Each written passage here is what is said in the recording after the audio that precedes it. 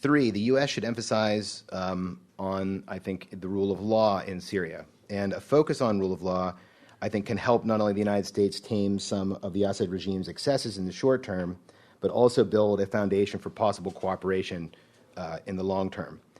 And to explain a little bit about this, and this is something that understanding I came away from Syria with a few years ago, I have to go into a bit of history, not that much. And although the relaunching of peace talks between Israel and Syria might seem easier than that of Israel and the Palestinians, the deep-seated relationship between Syria's long-standing state of war with Israel and the Assad regime's 41-year-old grip on power complicates matters. Following independence in 1946, Syria was one of the world's most unstable countries, suffering countless coups d'etats. So when the Alawite officers loyal to the Ba'ath Party seized power in a military coup in March 1963, they declared a state of emergency to stabilize Syria's domestic scene. This allowed the junta to arrest individuals and hold them indefinitely without charge, putting Syria on the road to becoming one of the Arab world's most repressive countries. After consolidating power over Ba'athist opponents in November 1970, the late President Hafez al-Assad built his regime by placing minority Alawites, Druze, Christians, and Shiites in key positions in the armed forces, security services, and bureaucracy. With the advent of the region's 1973 war, al-Assad quickly switched his justification for the emergency law to the state of war with Israel. So originally it was in place because of domestic instability, and then it was transformed to the threat from Israel. The regime also used the threat of war as an excuse to delaying and passing and implementing legal reforms to accommodate economic, social, and political change in Syria. To clear new endeavors with the regime, citizens were forced to bribe minority networks that dominate Syria's security services and bureaucracy. The corruption quickly became the mortar that held Syria's minority regime together. Following Hafez al-Assad's death in June 2000, his son and successor, Bashar, issued hundreds of pieces of legislation in the name of reform. He also promised at the time to issue the Kurds' identity cards as well, which I think is an issue that Josh mentioned, as well as a number of other issues. Unfortunately, however, most of it was simply grafted onto existing laws or never followed up by executive instructions.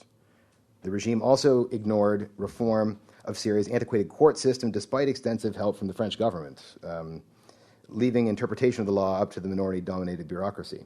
Not surprisingly, regime corruption has skyrocketed. And I think every Syrian I know, no matter if they're very close to the regime or not, complains about it. Over the last seven years, Syria has slipped from 66 to 127 on Transparency International's Corruption Perception Index, placing it among the world's top 30 most corrupt countries. According to the World Bank's Investment Climate Assessment, corruption is one of the primary reasons why Syria now has one of the Arab world's poorest investment environments. The countries most willing to invest in this murky climate are Syria's political allies, Qatar and the Islamic Republic of Iran, as well as a number of Gulf allies as well. The United States, in this environment, has substantial negative pressures it can employ from the Syrian Accountability Act and a series of executive and Treasury Department orders targeting Syrian individuals and banks in order to induce policy change in Damascus on the list of bilateral issues between the two countries. But in terms of positive inducements or rewards in the event of peace, however, I can't see the United States can entice substantial foreign investment in Syria without addressing the country's worsening corruption problems. And I think we need to start now. On a political level, should Syria conclude a peace treaty with Israel and implement reforms that would facilitate large flows of FDI, the minority networks and the security services and the bureaucracy stand to lose the most.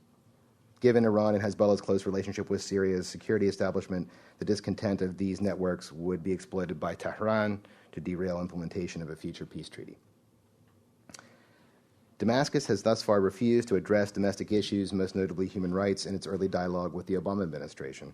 But rather than dumping domestic issues, a common practice in the past when Washington utilized a peace process-based approach to Syria, Washington should add rule of law to its list of priorities for dialogue with Syria. And I would say not only in terms of track one, but also track two efforts. By encouraging Damascus to promote rule of law, it could help tame the human rights and corruption excesses of the minority system. In the long term, greater rule of law could provide a foundation for future economic and political cooperation between Damascus and Washington in the event of peace, whenever it may come. Thanks very much.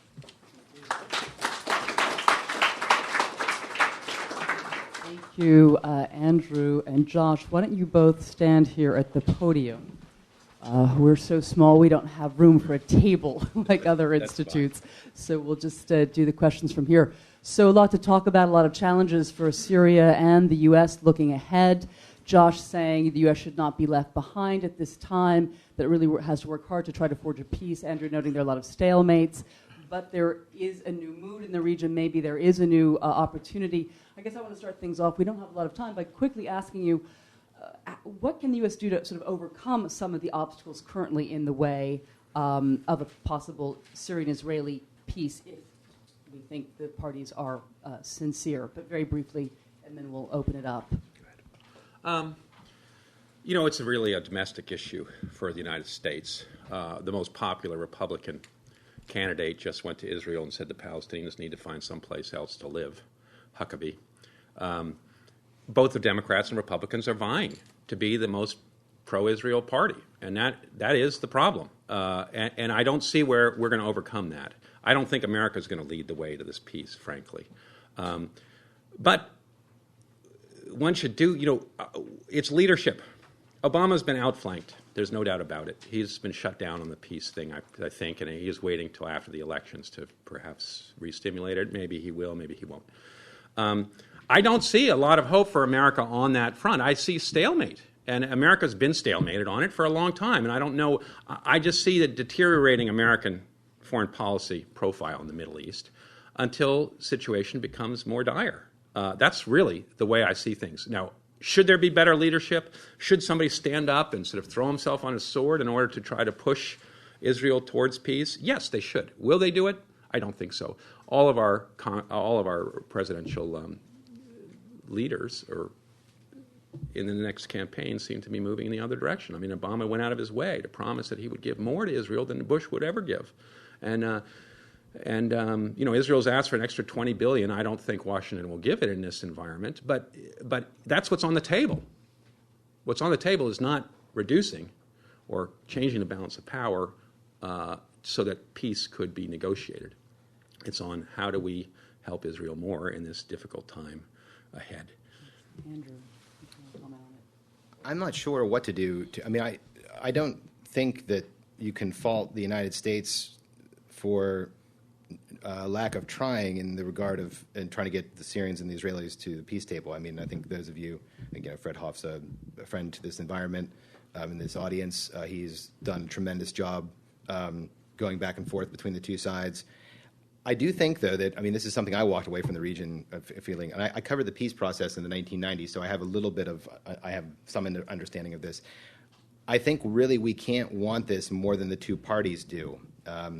And so it becomes difficult to, I think it's perfectly fine to facilitate the channels, to keep them open, but also we need to look at if the time isn't right, then what is a plan B or even a plan C and concerning Syria? And I think where it becomes difficult with Syria is that I think Josh is right. Syria is important to the United States as it's a neighbor with Israel.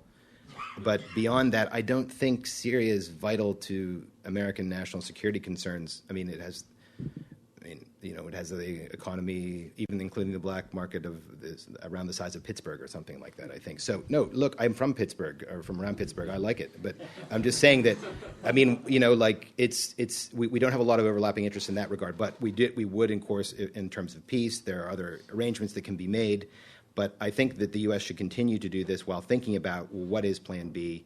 Can we do something? Is it possible? I think the biggest question around town at the moment is, can we walk, a good friend of mine said this to me last night, can we walk, chew gum, and whistle at the same time concerning Syria? And I don't think we can really do that unless we get some top-down buy-in into some kind of bigger approach to Syria that I just don't think at the moment we have.